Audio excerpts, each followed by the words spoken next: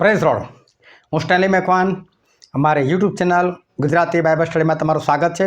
મારી ચેનલને આજે અત્યારે આગળ તમે સબસ્ક્રાઈબ કરી લો અને ઈશ્વરના જ્ઞાનમાં તમે વધતા જાઓ. મૂસા એક ઈશ્વરના અદ્ભુત પ્રબોધક થઈ ગયા, અદ્ભુત સેવક થઈ ગયા અને જેઓ 120 વર્ષ સુધી જીવ્યા અને 120 વર્ષ સુધી એમનું બળ ઘટ્યું નહોતું અને એમની આંખો ઝાંખી પડી નથી, એવા અદ્ભુત મૂસા થઈ ગયા.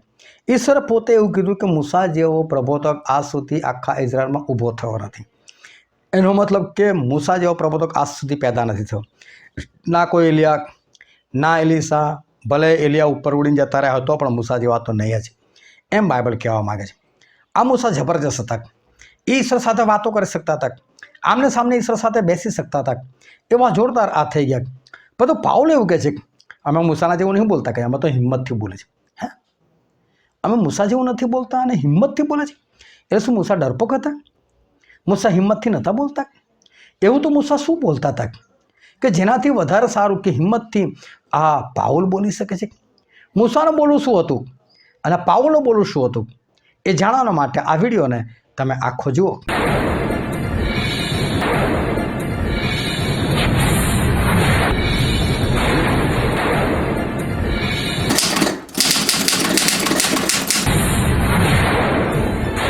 આજે છે તારીખ 26 ડિસેમ્બર 2025 સાલ અને જે રોજે રોજ વોટ્સએપ પર 10 સવાલ પૂછવામાં આવે છે તેનો આ વિડીયો છે. અને આજનો પહેલો સવાલ છે, કોણ ઈરાદાથી ઢચુપચું કરતો હતો? હવે ખરેખર પાઉલ પ્રેરિત એ વાત કરે છે કે સેવક છે, તો અહીંયા એનો જવાબ આવે છે કે ખબર નહીં. પરંતુ પાઉલ પ્રેરિત એવું કહેવા માગે, તમને એવું લાગે છે હું ઢચુપચું કરું છું કે પાઉલ પ્રેરિત કે મારે આમ જવાનું છે, હું ત્યાંથી તમારી પાસે આવીશ, ફરી પાછા કે ના મારે આમ જવાનું થયું છે, પછી તમારી પાસે આવીશ. એટલે બોલવાનું એવું હતું કે તમારી પાસે આવીશ, તમારી પાસે આવીશ, પણ કંઈ બીજા જતા રહે. એટલે કહે છે કે હું આવું બોલતો હતો, એનો મતલબ શું? તમને એવું લાગે છે કે હું ઢચુપચું કરતો હતો? હું ઢચુપચું નહોતો કરતો. એટલે ઈશ્વરના સેવકોનું છે ને આખું કામકાજ અલગ છે. હવે કેવું કામકાજ છે? એક વ્યક્તિની વાત કરું. હવે એ માણસ શું કરે કે થોડો મારો વિરોધી, એટલે હું સવારે નીકળું એટલે હું મારી વાઈફને વડોદરા મારો એટલે મારી વાઈફને કહીને નીકળું કે જો ભાઈ હું અત્યારે પ્રાર્થના માટે જઉં છું અને હું છાણીમાં પ્રાર્થના માટે જઉં છું. હવે મને છાણી જવાનું હોય એટલે હું ઘરેથી નક્કી કરી નીકળ્યો છાણી બાજુ જઉં છું. હું ઘરેથી નીકળ્યો 5 મિનિટ થયા, હજુ સુધી છાણી પહોંચ્યો નથી અને અચાનક જ ફોન આવે કે સ્ટેનીભાઈ તમે ક્યાં છો? આ બાજુ માંજલપુર આવી જાઓ ને, માંજલપુર વિસ્તારમાં મારી બેબી બીમાર છે કે મારો બાબો બીમાર, તમારે બહુ જરૂર છે. એટલે હું તરત છે ને પછી છાણીનું પડતું મૂકીને પેલી બાજુ નીકળી જાઉં. હવે ત્યાં નીકળું ને ત્યારે પેલા ભાઈનો મારી પર ફોન આવ્યો, સ્ટેનીભાઈ કઈ છો આજે? એટલે કહું ભાઈ હું માંજલપુર આવ્યો છું. અચ્છા માંજલપુર આવ્યો છે, પછી શું કરે? ઘરે જાય મારા. હું ત્યાં જઈ ભાઈ મારી વાઈફને સ્ટેનલીભાઈ કહે છે કે તો કે નથી, ક્યાં ગયા છે? મારી વાઈફને શું ખબર છે? એ છાણીમાં ગયા છે. એટલે કીધું છાણી ગયા છે. છાણી ગયા છે ભાઈ, કશું કહે નહીં, પણ નીકળી જાય, બીજાને વાત કરે. બોલો હા, સેવક થઈને એની પત્નીને જુઠ્ઠું કહીને નીકળે છે. મેં એની પત્નીને પૂછ્યું તો એની પત્ની મને છાણીનું કીધું અને મેં એને ફોન કર્યો તો હારો હોય તો માંજલપુર બેઠેલો છે. આ તો વાતો કરે. હવે આવું 2 વખત થયું, 4 વખત થયું અને મારી પાસે આ વાત આવી એટલું હું સમજી ગયો કે આ માણસ આવું કરે છે. એટલે પછી મેં શું કર્યું, મારી વાઈફને જ કહેવાનું બંધ કરી દીધું કે હું આ જગ્યાએ જાઉં છું. અને કહું તો બી એટલું જ કહું, ભાઈ જો ભાઈ નીકળું છું ખરો, પણ ક્યારે કઈ જગ્યાએ પહોંચી જવાય અને કંઈ કહેવાય નહીં. એટલે અત્યારે તો આ બાજુ નીકળી રહ્યો છું, પણ પછી વસ્ત્રામ ફોન આમ શું થાય, કઈ કહેવાય નહીં. એટલે સેવકોનું કેવું હોય છે કે કઈ જગ્યાએ અર્જન્સી છે, કઈ જગ્યાએ પહેલું જવાનું છે. હમણાં 2 દિવસની વાત કરું, રાતના 12:30 હું સૂવા પડતો હતો અને નાઇટ સૂટ હજુ પહેરી જ રહ્યો છું એટલામાં તો ફોન આવી ગયો. આ જગ્યા પર આવશે, જગ્યાને એક જણે વળગેલું છે પ્રાર્થના કરવા માટે. બરોબર, સુવાનો પ્રોગ્રામ હતો, બહાર જવાનું થયું. એટલે સેવકોનો છે ને ગમે ત્યારે ગમે તે પ્રોગ્રામ થઈ જાય, ગમે તે જગ્યાએ જતું રહેવાનું થઈ જાય. એટલે કોઈ ઢચુપચું ન થયું, એ તમને કે આવું છું, તમારે ત્યાં જ નીકળ્યા હોય, પણ રસ્તામાં ફોન આવે તો બીજી જગ્યાએ અર્જન્સી લાગે ત્યાં જતા રહે. તો એટલે સેવકોમાં કોઈ ઢચુપચું નથી હોતું, પરંતુ બની શકે એ લોકોનું આમ તેમ થઈ જાય, કારણ કે એ લોકો જે પ્લાન બને એ પ્રમાણે જીવે. કારણ કે જે પ્રમાણે અર્જન્સી હોય ત્યાં લોકો પહેલાં જતા રહે. અચાનક કોઈ આઈસીયુમાં તો ત્યાં જ ના પહેલાં જાય. બીજો સારો છે ખાલી તાવ જ આવતો એને પછી પ્રાર્થના કરે છે, પહેલાં પીલાના માટે ના જાય. એટલે સેવકનું આવું છે, ઢચુપચું નથી હોતું. પછી આજનો બીજો પ્રશ્ન છે, કોણ હાની હા ને નાનીના નહોતો પણ કોનામાં તો હા જ છે? અને એનો જવાબ છે દેવના દીકરા ઈસુ ખ્રિસ્તમાં. હું તમને ઈશ્વરની વાત કરું. જ્યારે આદમે પાપ કર્યું ત્યારે પિતા, પુત્ર અને પવિત્ર આત્મા આ લોકો 3 જણ ભેગા થયા. શું કરીશું? માણસમાં તો પાપ આવી ગયું છે, શૈતાન એ લોકોની અંદર ઘૂસી ગયો છે, એ લોકોને છોડાવવા માટે શું કરીશું? એટલે ત્યાં એક આખો પ્લાન બન્યો, એક આખી યોજના બની. યોજના ખાલી ઈશ્વર નથી બનાવી, કારણ કે આ સમજો કે ઘટના બનેલી કે કોઈ ગુંડો મોવાલી હોય ને તમારા છોકરાને ઉઠાઈ જાય અને પછી તમને ફોન કરે, 10 કરોડ આપી દે તો હું તારા છોકરાને છોડું તો મારી નાખીશ, કેમ કે તમારો છોકરો એના કબજામાં છે, એ ચાહે કરી શકે છે, હવે એને છોડાવવાનો છે. એવી રીતે માણસ જાત એ શૈતાનના વશમાં જતી રહેલી. અને જો શૈતાને એ માણસને મારી જોડીને વશમાં નથી કરી, ઈમાનદારીથી, કઈ ઈમાનદારી? શાંતિથી વાત કરી, એ સ્ત્રી આ ફળ ખાવાની મના કરી છે, એને બહેકાઈ, મારી નથી, જબરદસ્તી ફળ નથી ખવડાવી. સ્ત્રીએ પોતે ફળ લઈને શૈતાનની આજ્ઞા માનીને શૈતાનના વશમાં ગયેલી. જો શૈતાને જબરદસ્તી ફળ ખવડે તો પ્રભુ બી આને એક થપ્પડ મારીને માણસ હાથને છોડાવી દે, જીવના આપત પોતાનો પછી. પરંતુ શૈતાને તો બહેકાયેલી હતી, એટલે પ્રભુ એ જ રીતે માણસે છોડાય. હારો ભાઈ, ચાલ, એ તારી પાસે આવી ગઈ, ચો છોડવાનું શું લઈશ? તો કે તારો જીવ. Okay, ready. તો પિતા, પુત્ર અને પવિત્ર આત્માએ નક્કી કર્યું કે કોણ જીવ આપવા જશે. જીવ માગ્યો છે આપણો, કોણ જશે આપવાના માટે? કેવી રીતે જશે? શું કરવાનું છે? પ્રભુએ ના નથી પાડી. વ્યભિચારીણી સ્ત્રી વ્યભિચાર કરતા જ પકડેલી, પ્રભુ એને બચાવવાની ના નથી પાડી. કોળીઓ કહે છે મને શુદ્ધ કર, તું ચાહે તો મને શુદ્ધ કરી શકે છે. પ્રભુ કે હું કરી શકું છું. 10 સર્પથી આવો દૂરથી બૂમ પાડે, પ્રભુ અમને શુદ્ધ કરો. જાઓ તમારા સર્વયાજકને દેખાડો. શું પ્રભુએ કોઈ જગ્યાએ કોઈ ના પાડી? આંધળા તને દેખતો નહીં કરું, વે લંગડા તને દોડતો નહીં કરું, બધી જગ્યાએ હાથ પાડીને. પ્રભુમાં કેવું છે? હાની હા, નાની ના નહીં, હા જ. ના બોલવાનું જ નહીં ને. કદી કોઈ ના પાડી? તમને કદી ના પાડી નથી? પાડી નાખ. પ્રભુમાં શું છે? ફક્ત હાથ છે. તમારામાં ના છે. આજે મારાથી ચર્ચમાં નહીં, આજે મારા ઘરે મારો સાળો આવ્યો છે, મારી સાડી આવી છે, કે મારા સાસુ સસરા આવે છે, આજે મારાથી નહીં, આજે મારી પત્નીને એને માથું દુખે છે, મારા પતિને માથું દુખે છે, આજે મારાથી ચર્ચમાં નહીં. ના તો તમારામાં છે.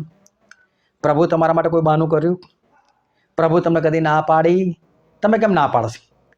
તમારામાં ના છે, પ્રભુમાં ના નથી.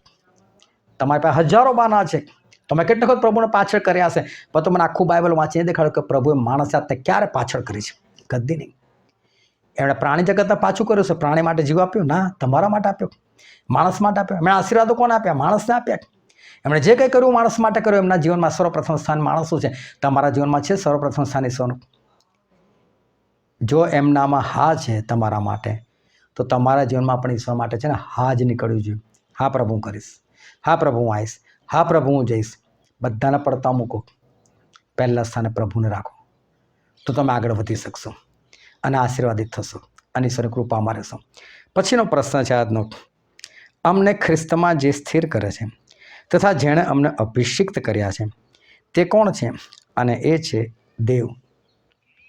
હવે જો અભિષેક કરેલા છે, અભિષેકનો મતલબ શું છે? અભિષેક કરો.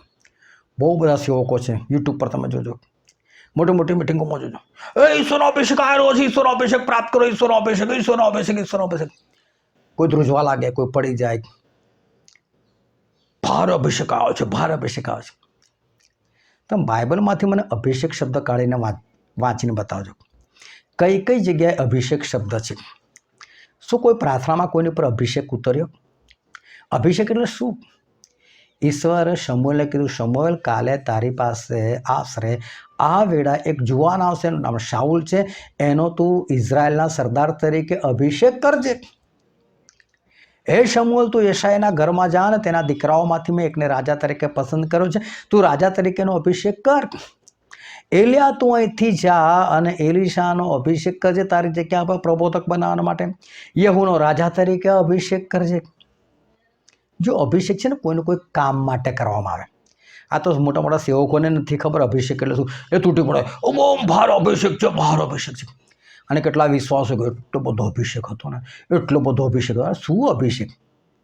અભિષેકનો મતલબ એવો થાય છે કે જે કામ માટે ઈશ્વરે તમને પસંદ કર્યા છે એ કામ કરવાનો તમને અધિકાર અને સામર્થ્ય આપવું, એને કહેવાય અભિષેક. જ્યાં સુધી અભિષેક ના થાય ને ત્યાં સુધી તમે રાજા ના બની શકો, પ્રબોધક ના બની શકો. અરે એટલે સુધી કે તમે ચર્ચમાં ઝાડુ પણ ના મારી શકો જ્યાં સુધી તમારો અભિષેક ના થાય. અને માટે અભિષેક બહુ મોટી વસ્તુ છે. અભિષેક એટલે ઈશ્વર તમને જે કામ માટે નિમણૂક કરી છે એ કામ કરવાનું તમને સામર્થ્ય આપવું અને કામ કરવાનો અધિકાર આપવો. તમે ગમે એટલું સારું એન્જિનિયરનું ભણેલા હોય, તમે કોઈ મશીન બનાવી શકતા હોય, એનો મતલબ એવો નથી કે તમે કોઈ બી કંપનીમાં જઈને મશીન બનાવવા લાગી જાઓ. એ લોકો પહેલાં તમને કામ કરવાનો અધિકાર આપે, તમારી નિમણૂક કરે તો તમે કરી શકો ને. એ જે અધિકાર અને નિમણૂક છે ને એ જ અભિષેક. ઈશ્વર તમે બાઇબલમાં જો જેટલા લોકોનો ઉપયોગ કર્યો ને બધાનો અભિષેક કર્યો છે. આને કહેવાય અભિષેક. પછીનો પ્રશ્ન છે, કોણે અમને મુદ્રાંકિત કરેલા છે? અને એનો જવાબ છે દેવે. મુદ્રાંકિત એટલે કે મહોર મારી, એક મુદ્રા કરવી. પહેલાંના સમયમાં શું હતું કે એક પદાર્થ એવો આવતો હતો લાલ કલરનો. એને આમ તો અત્યારના લોકોને તો નહીં ખબર હોય, પરંતુ જે મારી ઉંમરના કે મારાથી વધારે ઉંમરના છે ને એ લોકોને ખબર છે. લાખ નામનો પદાર્થ આવતો હતો. એ પદાર્થને બાળો ને એટલે મીણની જેમ ઓગળે અને પછી સુકાય ને એટલે એ હાર્ડ થઈ જાય. એટલે રાજાઓ શું કરતા હતા, કાગળ લખે ને પછી છે ને એ લોકોના હાથમાં એક અંગૂઠી હોય. એ અંગૂઠીની અંદર એક નિશાન હોય, લોકોનું સમજેલો સિગ્નેચર હોય. અને પછી જેવી પેલી લાખ ઓગાળીને નાખે ને કાગળ પર એટલે પોતાની અંગૂઠી આમ કરીને દબાવી દે. એ ત્યાં રાજાની મોહર ઉપસી આવે. એટલે સામેવાળાને ખબર પડે કે આ પત્ર જેન્યુઇન છે. અત્યારે પણ રબરના સ્ટેમ્પ આવી ગયા. સ્ટેમ્પ મારેલો હોય ને ગુજરાત સરકાર, ભારત સરકાર કે પછી જે તે કંપનીનો સ્ટેમ્પ આવ્યો ને, અચ્છા આ યોગ્ય છે, આ અધિકૃત છે. એ રીતે મુદ્રાંકિત, ઈશ્વર આપણને મુદ્રાંકિત કરેલા છે. શાનાથી? પવિત્ર આત્માથી. પવિત્ર આત્માનું તમારી અંદર આવું એટલે દેવની મુદ્રા વાગી. આ સ્વર્ગ રાજ્યને માટે છે મુદ્રા, આ યહોવાને માટે છે, આ સ્વર્ગને માટે છે આ મુદ્રા. શું તમારી પર પવિત્ર આત્માની મુદ્રા વાગી છે? અંત સમય છે, મેળવી લો મુદ્રા, નહીં તો એના વગર સ્વર્ગમાં જવું અસંભવ છે. પછીનો પ્રશ્ન છે, અમે કોની પેઠે નહીં પણ બહુ હિંમતથી બોલીએ છીએ? અને છે મૂસાની પેઠે. આ શરૂઆતમાં મેં તમને જે કીધું એ મૂસા. શું મૂસા ડરપોક હતા? કેમ કે પાઉલ કહે છે હું મૂસાની પેઠે નહીં બોલતો, હું તો હિંમતથી બોલું છું. તો શું મૂસા ડરપોક હતા? હવે તમે જુઓ, જ્યારે દાઉદ રાજા પાપ કરે છે ને ત્યારે દાઉદ રાજા પસ્તાવો કરે છે. અને પસ્તાવો કરીને જે શબ્દો વાપરે છે, શબ્દો તમને વાંચીને બતાવું. ગીતશાસ્ત્ર તેનો 51મો અધ્યાય 16મી કલમ. એવું લખેલું છે, કેમ કે તું યજ્ઞથી રીઝતો નથી, નહીં તો હું તે અર્પણ કરત. તું દહનાર્પણથી આનંદ પામતો નથી. જો ઈશ્વર મૂસાને કીધેલું મને દહનાર્પણ આપવાનું, મને શાંતિ અર્પણ આપવાનું, દોષાર્થ અર્પણ આપવાનું, પાપાર્થ અર્પણ આપવાનું, આ પાપ કરો તો આ અર્પણ, આ પાપ કરો તો આવું અર્પણ. અને મૂસાએ એ જ બધી વાતો લખી. અને દાઉદ રાજા શું કહે છે, પ્રભુ તમે તો દહનાર્પણથી ખુશ જ નહીં થતા, તમે યજ્ઞથી રીઝતા નથી ને તો હું આપી દેત કે છે. તો શું ઈશ્વર ખરેખર યજ્ઞથી ખુશ નતા થતા? તો મૂસા નથી ખબર પડી? દાઉદને ખબર પડી, મૂસા નથી ખબર પડી? તો મૂસાએ કેમ કીધું કે યજ્ઞ કરો, યજ્ઞ કરો, યજ્ઞ કરો? બીજી એક વાત બતાવું તમને. મીખાનું પુસ્તક તેનો 6ઠ્ઠો અધ્યાય 6, 7 અને 8મી કલમ. હું શું લઈને યહોવાની હજુરમાં આવું ને મહાન દેવને નમસ્કાર કરું? શું દહનાર્પણો લઈને, 1 વર્ષના વાછરડાને લઈને તેની આગળ આવું? શું હજારો ઘેટાઓથી કે તેલની હજારો નદીઓથી યહોવા રાજી થશે? શું મારા અપરાધને લીધે હું મારા પ્રથમ જનિતનું બલિદાન આપું? મારા આત્માના પાપને લીધે મારા અંગના ફળનું અર્પણ કરું? હે મનુષ્ય, સારો શું છે તે તેણે તને બતાવ્યું છે. ન્યાયથી વર્તવું, દયાભાવ રાખવો તથા તારા દેવની સાથે નમ્રતાથી ચાલવું, એ સિવાય યહોવા તારી પાસે બીજું શું ઈચ્છે છે? એટલે કે કોઈ યજ્ઞો નહીં, ઘેટા બકરા નહીં, એની ચરબી નહીં, હજારો તેલની નદીઓ નહીં. આ તો બધું ઈશ્વર નથી ગમતું. તો મૂસાએ કેમ લખ્યું આ બધું કરવાનું? પછી આગળ તમને બીજી બી કલમ દેખાડું. 1 શમૂએલ 15મો અધ્યાય 22 અને 23મી કલમ. ત્યારે શમૂએલે કહ્યું, પોતાની વાણી પડાયાથી યહોવા જેટલો રાજી થાય છે તેટલો દહનાર્પણો તથા યજ્ઞોથી થાય છે શું? જો યજ્ઞ કરતાં આજ્ઞા પાલન સારું છે અને ઘેટાની ચરબી કરતાં વચન માનવું સારું છે. આ શમૂએલે ખબર પડે તો મૂસાને ના ખબર પડે? મૂસા જેવો પ્રબોધક કોઈ નથી થયા તો શું મૂસાને બધી અંદરની વાતો ના ખબર હોય? મૂસાને બધું ખબર હતી કે ઈશ્વર લખાવે છે, પણ ઈશ્વર શાના માટે લખાવે છે? ઈશ્વર ખરેખર એવું કહેવા માગતા હતા કે મૂસા લોકોને કે પાપ ના કરો. આ બધાથી શું થવાનું છે? યજ્ઞથી શું થવાનું? હું યજ્ઞથી ખુશ થઉં? એટલે પ્રભુ જ ઘેટા બનાવે, પ્રભુ જ તમારી પાસે ઘેટા માગે. એમને જોઈતું તો પોતે ના લઈને બનાવીને ખાઈ લે. એટલે ઈશ્વરે ખરેખર કશું જોઈતું નથી. પણ મૂસાએ છતાં શું લખ્યું? એવું જ લખ્યું. કેમ? મૂસાને બીક હતી. કેવી બીક હતી કે આ લોકો છે ને આત્મિક જીવન નહીં જીવી શકે, કોઈ રાતમાં આપવામાં નતા આવ્યા, નહીં જીવી શકે. એના કારણે સીધું સીધું લખો ને ભાઈ અર્પણ આપી આપીને છૂટા થઈ જાય. એટલે પાવલ પર કહે હું તો અર્પણની વાત જ નહીં કરતો, મૂસાની જેમ નહીં બોલતો, હું તો હિંમતથી બોલું છું. બહુ અદ્ભુત વાત છે, બહુ ગંભીર વાત છે, પણ જો કદાચ બહુ ડિટેલમાં તમને કહેવા જાઉં તો કદાચ કલાક આની પર જ નીકળી જાય.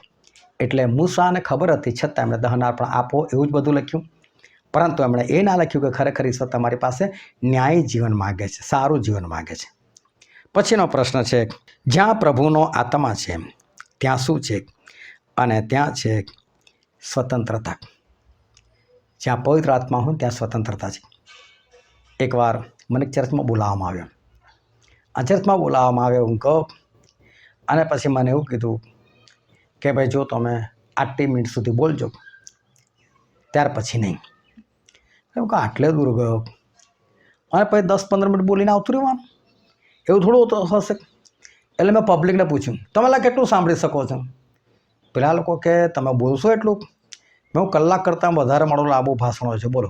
હા મેં સાંભળીશું ને, આપી દીધું મેં પૂરું ભાષણ. હિંમતથી બોલવાનું. જ્યાં ઈશ્વર આત્મા છે ત્યાં સ્વતંત્રતા છે, કોઈની બંધી નથી. તમારે આ જ વિષય પર બોલો, ના ભાઈ મને તો ઈશ્વર જે આપશે એની પર બોલીશ. તમે કહો એટલે એ વિષય મારે બોલવાનું નહીં. ઈશ્વરનો આત્મા હોય ત્યાં સ્વતંત્રતા હોય, બિંદાસથી બોલવાનું, બિંદાસથી રહેવાનું. પછીનો પ્રશ્ન છે, કયા લોકો પ્રભુની ભણી ફરશે ત્યારે તે મુખપટ દૂર કરવામાં આવશે? હવે મૂસાએ જ્યારે ઈશ્વર સાથે વાત કરીને તો એમનો ચહેરો પ્રકાશિત થઈ ગયો. લોકો બીતા હતા મૂસાને સમજોતા. તો મૂસા શું છે, મુખપટ એટલે બુરખો રાખતા હતા. પણ ઈશ્વર પાસે જાય ને ત્યારે બુરખો કાઢી નાખે, કારણ કે ઈશ્વરનો તેજ તો એનાથી વધારે. એટલે મૂસા છે ને એ પડદો રાખતા હતા, પણ એના જ લીધે છે ને ઇઝરાયલ પુત્રો છકી બી ગયા. બાકી મૂસા અજવાળો દેખાય તો બધા ના યાર મૂસા જેવા તેવા નથી. પેલા 250 લોકો છે ને મૂસાની વિરુદ્ધ ના થાત. તું અમારો આગેવાન થઈને બેઠો છે, બોલવાની હિંમત ના હોત. અમને ભૂખ્યા મારવા માટે, તરસ્યા મારવા માટે લાવે છે, હિંમત ના થાત જો મૂસા એ પ્રકાશિત ચહેરો દેખાડતા હોત તો. પણ પેલો પડદો રાખતા હતા એટલે લોકો બિંદાસથી બેફામ બની જતા હતા. અને હજુ પણ આ ઇઝરાયલ પુત્રો કઠોર છે. અને કેમ કઠોર છે તો તમને બાઇબલમાંથી વાંચીને બતાવું. રોમનોનો પત્ર તેનો 11મો અધ્યાય અને તેની 25મી કલમ. કેમ કે હે ભાઈઓ, તમે પોતાને બુદ્ધિમાં ન સમજો માટે વિદેશીઓની સંપૂર્ણતા મહાય આવે ત્યાં સુધી ઇઝરાયલમાં કેટલાક ભાગે કઠિનતા થઈ છે, એ રહસ્ય વિશે તમે અજાણ્યા રહો એવી મારી ઈચ્છા નથી. ઇઝરાયલ પુત્રોને આપણા વિદેશીઓ માટે કઠણ કરવામાં આવે છે, કઠોર કરવામાં આવે છે. એ લોકો આજે પ્રભુ શું નથી માનતા ને એનું કારણ છે કે પ્રભુએ તેમને કઠણ કર્યા છે. એ લોકો કઠોર થાય એટલે બધા ભાગીને આપણી પાસે આવ્યા, થોમાં આપણા ભારતમાં આવ્યા. એટલે આપણી પાસે ને ઉદ્ધારનો રસ્તો ના આવત જો એ લોકો કઠોર ના બન્યા હોત તો. પરંતુ આજે પણ એ લોકો જ્યારે જૂનો કરાર વાંચે છે ને ત્યારે જ પ્રભુનો મહિમા નથી જોઈ શકતા. પરંતુ આપણો સમય પૂરો થશે ને વિદેશીઓનો, એટલે એ લોકો બધાની કઠોરતા જતી રહેશે, મુખપટ ઉતારવામાં આવશે, ત્યારે કોઈ ખરેખર પ્રભુ શું ઓળખશે અને પ્રભુ શું સ્વીકાર એ લોકો કરશે. અને જો આ બાબતે તમારે જાણવું હોય તો આ જે વિડીયો બનાવવામાં આવે છે એમાં રોમનોનો પત્રનો જ્યારે વિડીયો બનેલો એ તમે કાઢીને જોજો, તમને ખબર પડશે.